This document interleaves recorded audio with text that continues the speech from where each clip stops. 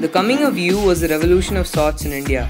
It was unheard of for an Indian homegrown company to make quality products that had a huge developer community thanks to its partnership with Cyanogen.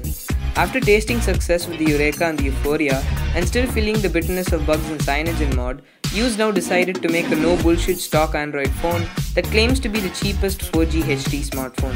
Is it the best in its class? Well, let's find out in our full review of the U Unique.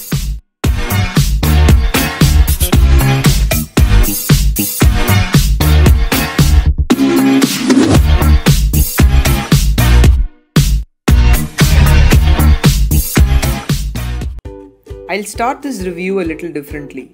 If we were to go category by category on this phone, there would be immense nitpicking by us, and given its super cheap price and the user audience this phone is aimed at, it would be pure injustice. So in this review we will rate the overall usability in different categories and in the end give a verdict. Coming to the build, the unique review unit we have here is a plain black one. As far as build goes, it's pretty good, and unlike other phones at this price point, it doesn't creak or bend under limited force, which is really good.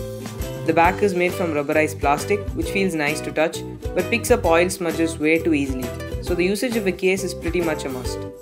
The back is removable, and taking it off we can see the Saturn ring camera module, which seems to be a design mainstay for you nowadays, and a sealed off battery. You also have two micro SIM card slots, both of which will support 4G, and a SD card slot expandable up to 32GB. On the side you have a power button flanked on top and bottom with volume keys. The keys aren't very satisfying to click, but their placement makes for great one-hand usability. Part of the great one-hand usability is due to the compact 4.7-inch screen size. The bezels are small and it makes the footprint of the phone small as well. As far as the display goes for the price, the 720p display is fantastic. But even though it's sharp because of the size, color reproduction isn't the best, with very dull colors and whites that are almost greyish. It is an IPS panel and offers decent viewing angles, but still some color wash is present. Yet this is all nitpicking. Given the phone's price point, nitpicking is not in order as it gets the job done, period. Next off, let's talk about software and performance.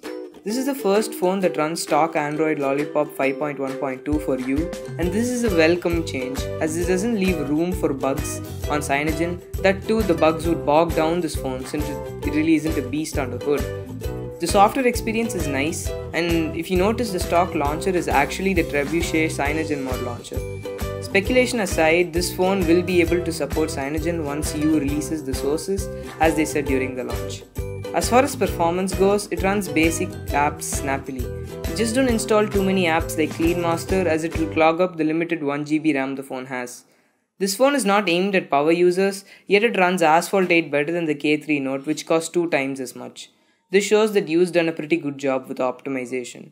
The Snapdragon 410 is like an aging dog, middle-aged and losing speed but still very eager to please its master and keep space most of the time. So overall, I don't see anyone getting disappointed with this phone's performance. Just don't get too hyped up about it. And another pointer, don't try using the Universe browser which is pre-installed as it's really unstable. Otherwise, browsing on Chrome is smooth.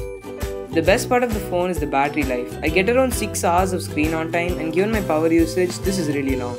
I loved using the phone given its battery life. I still ended a day with around 40%. Given its battery size of 2000 mAh, a HD display, and poor battery management in Lollipop, this is truly an amazing addition in this phone I never expected. This phone is a great choice as a secondary phone to use after battery drain on your primary high-end flagship. Coming to the cameras, the rear camera is a 8MP sensor and the front is a 2MP sensor.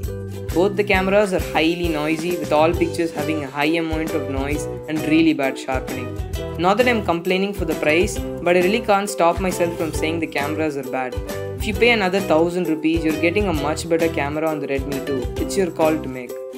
Call quality is good, but noise cancellation could have been better. As caller said, I was speaking from underwater sometimes. This can be fixed with future software updates though. Here's the part you've been waiting for, the verdict. Does the U Unique satisfy the price? A resounding yes. Are there better phones at the price?